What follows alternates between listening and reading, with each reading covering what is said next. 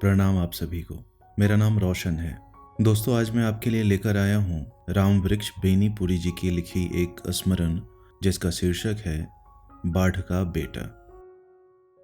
बाढ़ आ रही है, सुखिया ने कहा। विशेषर ने जरा सिर उठाकर उसकी ओर देखा और फिर अपने जाल की मरम्मत में लगा रहा। बाढ़ आ रही है, क्या विशेषर यह नहीं जानता? आज 4 दिनों से जो उमस उमस रही, उत्तर और हिमालय की तराई में जो लगातार बिजली चमकती रही, बादल गरजते रहे, वे क्या सूचना नहीं देते थे कि बाढ़ आएगी ही? बाढ़ उसके लिए कोई नई चीज है? बचपन से ही वह बाढ़ देखता आया है, उससे खेलता आया है। बीच चौड़ में है उसका यह गांव। 4 महीने तक तो यह एक टापू ही बना रहता है, और कहीं वर्षा से बाढ़ आती हो, यहाँ तो सूखे से भी बाढ़ आती रही है। गांव सूखा, खेत सूखे, तालाब सूखे, नाले सूखे कि एक दिन अचानक शोर मचा। बाढ़ आई, बाढ़ आई। बड़ी उमस हुई, हिमालय पर बर्फ पिघली, इस चौड़ में बाढ़ आई। यही होता रहा है। बाढ़ आई और बच्चे दौड़े नाले की ओर। नाले में पीला पीला पानी, इन बच्चों से भी अधिक चपल, चंचल। कैसा प्रवाह, कितना शीतल। बच्चों ने अपने को उसमें डाल दिया, नहा रहे हैं, तैर रहे हैं। उछल कूद, शोर कोलाहल, दीन दुनिया की सुध नहीं। पानी बढ़ते बढ़ते नाले का छोर छू रहा है और उसमें इतना प्रवाह हो गया है कि न पैर टिक सकते हैं, न तैरना सध सकता है। अब बरों की बारी आई। नाले का पानी अब खेतों को भर रहा है और छोटी बड़ी मछलियां उपटी पड़ती हैं। बाढ़ के पानी में, खासकर पहली बाढ़ के पानी में, एक नशा होता है। वह पानी मछली के मुंह में गया नहीं कि वह बौड़ाई, पागल बनी। गांव से लोग दौड़े, जाल लिए, टापी लिए, घनी लिए। जो खाली हाथ दौड़े, वे भी 2-4 मछलियां लेकर ही घर लौटे। गांव में बाढ़ क्या आई, घरों में मछली की कचरकूट मची। इधर पानी बढ़ता गया, धीरे धीरे सारा गांव जलमग्न। तब नावें छूटी, ऊंची ऊंची तरंगों पर वे पतली पतली डोंगियां। झूले का मजा भी देती हैं वे। विशेषर को अपने बचपन की याद आ रही है, और याद आ रहे हैं उसके दादा प्रयाग सहनी। बूढ़े प्रयाग सहनी इसी तरह एक दिन जाल बिछाकर बैठे थे कि उन्होंने विशेषर को पुचकार कर बुलाया। आओ बेटे, एक नया खेल सिखला दूं तुम्हें। और सचमुच खेल खेल में ही उन्होंने विशेषर को क्या क्या नहीं सिखला दिया। जाल की मरम्मत करना, नया जाल बनाना, जाल का तागा कैसा होना चाहिए, तागे को तैयार कैसे करना चाहिए, जाल को कैसे संभालना चाहिए, कैसे फेंकना चाहिए। सिर के चारों ओर घुमाकर फेंकते ही वह एक बड़ा सा वृत्त बनाकर पानी में इस तरह गिरे कि उस वृत्त के दायरे की मछलियों को निकल भागने का मौका ही न मिले। मछली पकड़ने की भी एक कला है। मछलियां सिर्फ चंचल ही नहीं होती, चालाक भी होती हैं। उनके भिन्न भिन्न जातियों का भिन्न भिन्न स्वभाव होता है। रोहू सदा धारा के प्रतिकूल चलेगी। बोआरी को धारा के साथ बहते रहने में आनंद आता है। चेलवा धारा के ऊपर ऊपर तैरती है। सौरा जमीन पकड़कर चलती है। प्रयाग सहनी ने मछली मारने के सारे गुर विशेषर को बता दिए थे। जब बाढ़ अपने ओज पर होती, वह विशेषर को नाव पर बिठाकर चल पड़ते चौड़ की ओर। दिन में ही नहीं, अंधेरी रात को भी। डरना मत बेटे, बाढ़ में देवी देवता होते हैं, भूत पिशाच नहीं। जब नाव बीच चौड़ में पहुंचती, बूढ़ा पतवार चलाना छोड़ देता, नाव को स्थिर कर देता और उसकी मांगी पर जाल लिए खड़ा होकर पानी की ओर एक टक घूरता। नाव धीरे धीरे आप ही फिसल रही और बूढ़ा पानी की ओर इस तरह देख रहा होता मानो अपनी नज़र उसके भीतर तक घुसा देना चाहता हो। उस समय उसकी सूरत लगता नाव की मांगी पर तांबे की मूर्ति खड़ी है, निस्पंद, निर्निमेष। कि इतने में मूर्ति कांपी। जाल उछला और लीजिए, यह बड़ी सी रोहू नाव में छटपट कर रही है। विशेषर को याद नहीं है कि कभी उसके दादा का निशाना चूक गया हो। प्रयाग सहनी ने विशेषर को नाव के बारे में भी बहुत कुछ शिक्षा दे दी थी। किस लकड़ी की नाव अच्छी होती है, इससे लेकर जब नाव भंवर में पड़ जाए तो उसे कैसे निकालना चाहिए, यहाँ तक। नाव का भंवर में पड़ना जब न ताकत काम करती न चातुरी। पतवार को हाथ में रखकर भगवान के भरोसे बैठे रहो, उधर टेढ़े मेढ़े प्रवाह से नाव चक्कर पर चक्कर खा रही है, चर मर कर रही है। इतने ही में नाव की मांगी जरा सी भंवर से बाहर गई, और यदि ऐन उस समय पतवार से एक हुदक्का मार दिया गया तो फिर बेड़ा पार। विशेषण ने कितनी बार अपनी नाव को भंवर से उबारा है। ज्यों ही उमस बढ़ने लगी थी, सबसे पहले विशेषण ने अपनी नाव की मरम्मत की थी। फिर वह जाल पर जुटा है। बाढ़ आ रही है तो आए, प्रयाग सहनी कहा करते। बेटे, बाढ़ से मत घबराना, भगवान खुश होते हैं तो पानी देते हैं। बाढ़ नहीं आए तो मछली कहाँ से आएगी, और अपनी 2 बीघा जमीन से ही जो परिवार भर की गुजर चल जाती है, क्या उसमें बाढ़ की देन नहीं है? 2 बीघा जमीन और परिवार भर की गुजर। विशेषर को कभी अनाज नहीं खरीदना होता। हर साल बाढ़ आती है और कुछ नई कुंवारी मिट्टी खेतों में डाल जाती है। वह नई कुंवारी मिट्टी न्यूनी सी चिकनी, सोने की रंग वाली। ज्यों ही उसमें धान रोपिए, देखते ही देखते वह छाती भर बढ़ जाएगा। आसिन में भी रोपिए तो अगहन में कट्ठे मन काट लीजिए, और उसी धान में कार्तिक में राई सरसों छींट दीजिए तो माघ में फिर सरसों की वसंती बहार देखिए। सारा सरेह सरसों का समुद्र सा लगता है। में रुचि करो, कुदाल मजबूती से पकड़ो, समय पर खेती करो। बाढ़ आती है तो आने दो। लगा जैसे प्रयाग सहनी आज भी विशेषर को उपदेश नहीं आदेश दे रहे हों। और सचमुच बाढ़ आ गई।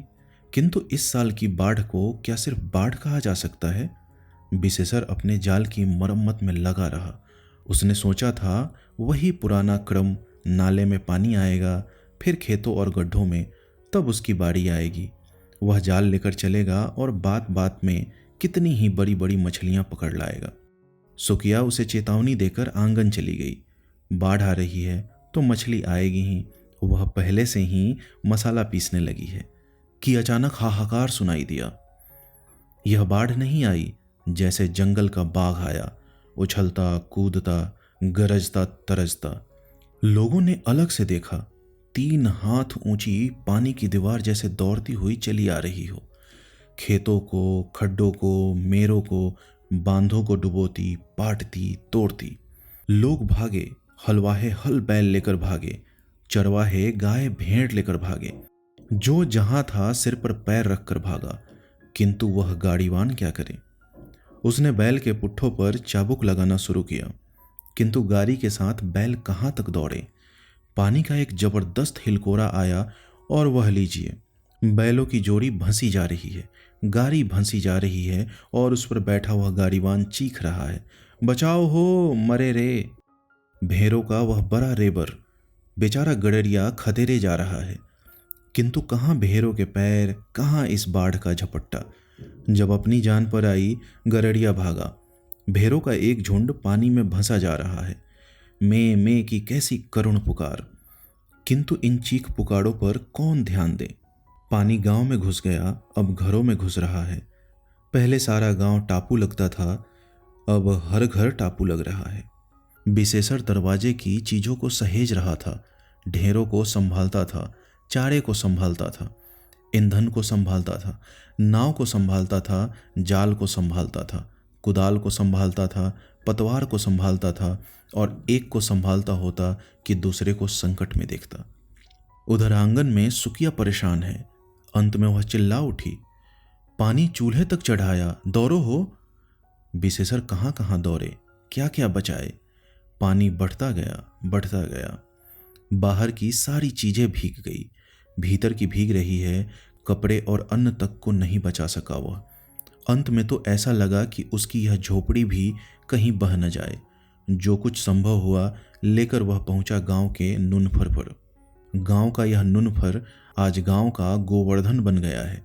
बाल बच्चे, माल गोरू, अन्न धन, चारा, ईंधन लेकर लोगों ने इस नुनफर की शरण ली है। अरे कलछी तो घर में ही छूट गई। सुकिया की बात सुनकर विशेषर झल्लाया। ये औरतें, इन्हें संकट भी अकल नहीं दे सकता। लेकिन कलछी के बिना रसोई कैसे बनेगी। छाती भर पानी हेलकर वह अपने आंगन में पहुंचा। ज्यों ही घर में घुसना चाहा, एक विशाल नाग फुफकार उठा। हाँ, इस साल बाढ़ में पानी ही नहीं आया, सांप बिच्छू की भरमार है। इतने किस्म के सांप भी लोगों ने कहाँ देखे थे। एक विशाल अजगर अभी भंसता जा रहा था, बेचारा अधमुआ हो गया था, किंतु यह नाग गेहुवन है, कैसा फन काट रहा है। विशेषर भागा। बाढ़ के प्रवाह में नाना प्रकार के जंतु बहे जा रहे हैं, घरेलू जानवर और जंगली जानवर भी। वह एक ऐसा बहा जा रहा है, किस तरह कें कें करता और अगले पैर पटकता जाता है। सियार, हुआड़, लकड़बग्घे भी देखे गए। एक घर में तो बाघ छिपा बैठा था, न जाने कैसे बहकर आया और घर में घुस गया। जब घर का मालिक भीतर घुसा, वह गुर्राया। गांव में शोर मचा। बेचारे को कुत्ते की मौत नसीब हुई। जहां पहले हाहाकार था, वहां वह चित्कार है, आर्तनाद है। लेकिन रोने धोने से होता है क्या? लोग धीरे धीरे शांत हो रहे हैं। प्रयाग सहनी कहा करते थे, जो बाढ़ जितनी तेजी से आती है, वह उसी तेजी से भागती भी है। दूसरे ही दिन से पानी घटने लगा था, तो भी गांव से निकलते निकलते तो 7 दिन लग ही गए।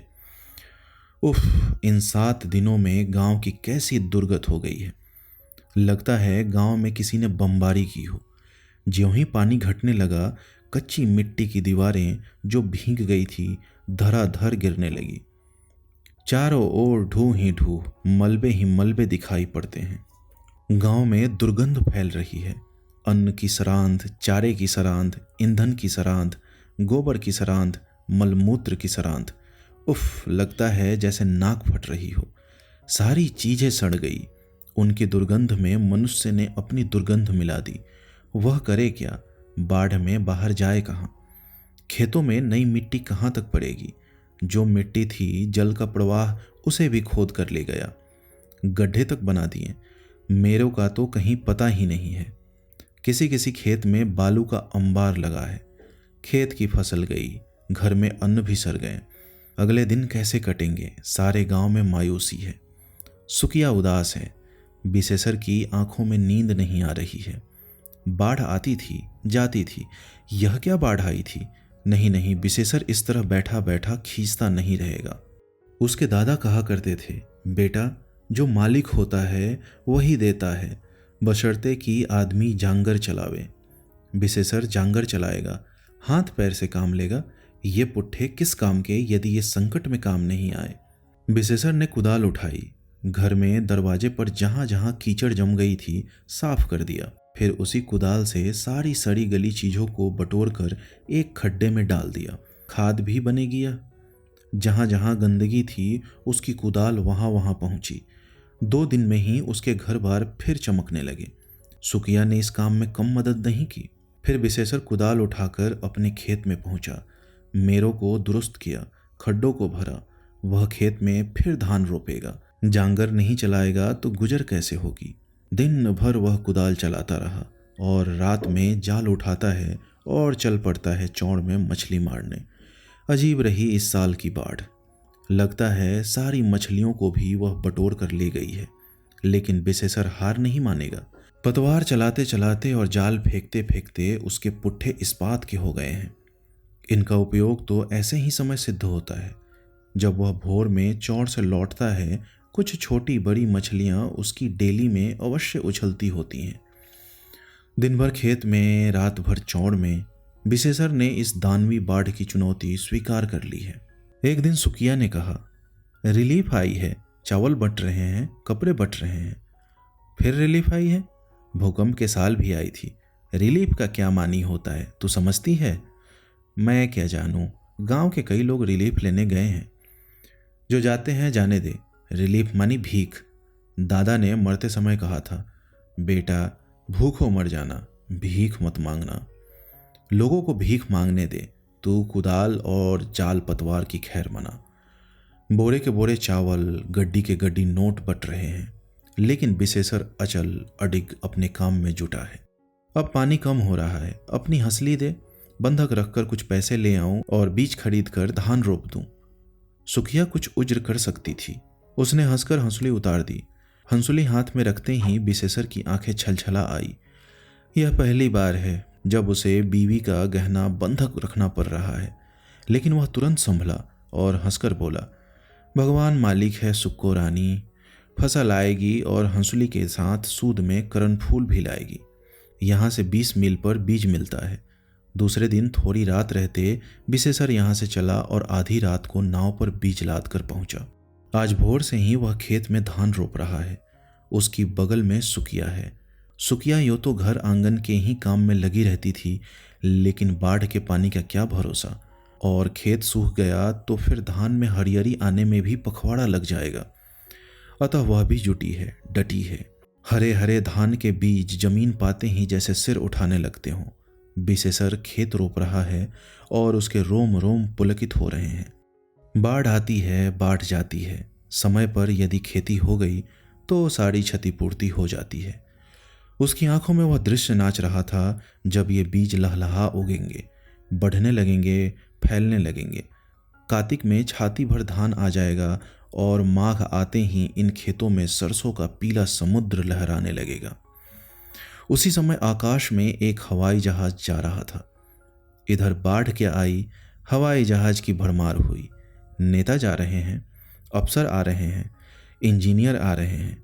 सभी देखते फिरते हैं इस प्रलय कांड से लोगों को त्राण कैसे मिले। सुकिया का ध्यान ऊपर गया। वह बोली, वह हवाई जहाज जा रहा है। विशेषर अपनी उंगलियों से बीजों को छिटकाते और रोपते हुए बोला, हवा में मत देख, हमारा काम जमीन देखना है। हम जमीन देखें, वे अपना काम कर रहे हैं, हम अपना काम करें। और सचमुच उसकी नज़र ऊपर नहीं गई। वह उसी लगन से, तल्लीनता से अपना खेत रोपता रहा। दोस्तों, उम्मीद करता हूँ यह स्मरण आपको अच्छा लगा होगा। फिर किसी दिन आऊँगा किसी और नई कहानी कविता के साथ। धन्यवाद।